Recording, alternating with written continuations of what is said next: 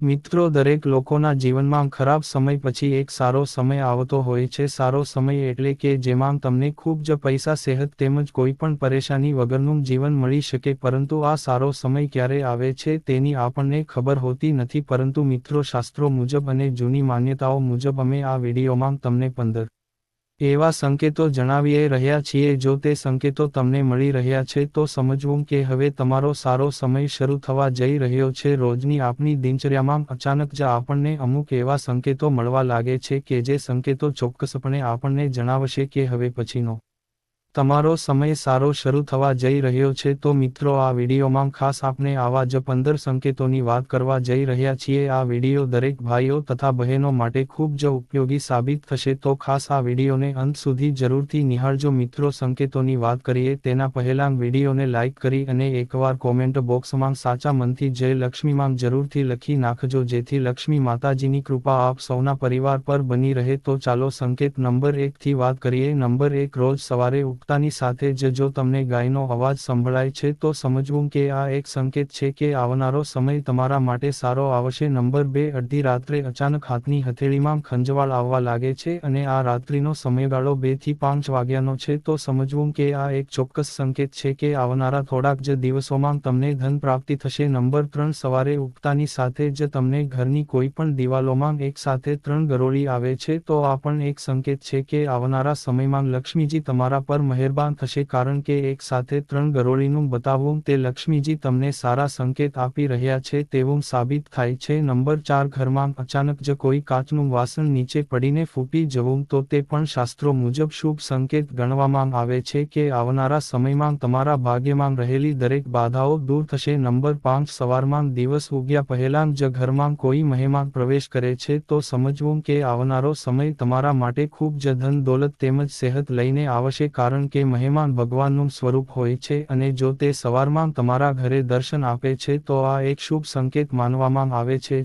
Number 6, સવારમાં વહેલા શંખનો અવાજ સંભળાવો ખૂબ જ શુભ માનવામાં આવે છે. જો આપ સવારમાં વહેલા ઉઠીને આજુબાજુમાંથી આવતો શંખનો અવાજ સાંભળો છો તો આવનારા સમયમાં તમારા ભાગ્યમાં આવતી દરેક પ્રકારની અડચણ દૂર થશે તેમજ ટૂંક સમયમાં જ તમને ધન પ્રાપ્તિ થશે. નંબર 7, નોકરી ધંધાએ જતી વખતે કોઈ પણ જગ્યાએ તમને વાનર જોવા મળે છે તો તે પણ શુભ સંકેત માનવામાં આવે છે. શાસ્ત્રો મુજબ રસ્તામાં વાનર જોવા મળવું તેને ખૂબ જ શુભ માનવામાં આવે છે. વાનર છે તે હનુમાનજીનો અવતાર માનવામાં આવે છે. વાનર જોવા મળવું તો તમારા માટે ભાગ્યમાં દરેક પ્રકારની મુસીબત ટૂંક સમયમાં જ દૂર થશે. નંબર 8, બહાર ફરવા જતાં સમયે રોડ પર ઘણી બધી ગાયો જોવા મળવી તો તે અતિ શુભ માનવામાં આવે છે. રસ્તામાં ગાયોનું ટોળું જો તમારી બાજુ આવતું જોવા મળે તો સમજવું કે આવનારા સમયમાં ખૂબ જ સારા સમાચાર તમને મળશે. તેમજ જો ગાયોનું ટોળું જતું જોવા મળે છે તો સમજવું કે તમારા ભાગ્યમાં રહેલી મુસીબત ટૂંક સમયમાં દૂર થશે. સંકેત નંબર 9 ની વાત કરીએ તેના પહેલાં મિત્રો, ખાસ અત્યારે વિડીયોને લાઇક કરી અને ચેનલને સબસ્ક્રાઇબ કરવાનું ભૂલશો નહીં, જેથી આવા જ એપિસોડ તમને સમયસર સાંભળવા મળતા રહે. તો નંબર 9 ની વાત કરીએ તો બપોરના સમયે ઘર ઉપર કોયલનો અવાજ આવવો ખૂબ જ શુભ માનવામાં આવે છે. આ માન્યતા પહેલાના સમયના લોકો પણ માનતા હતા કે કોયલ બોલવી ખૂબ જ શુભ માનવામાં આવે છે. જે ઘર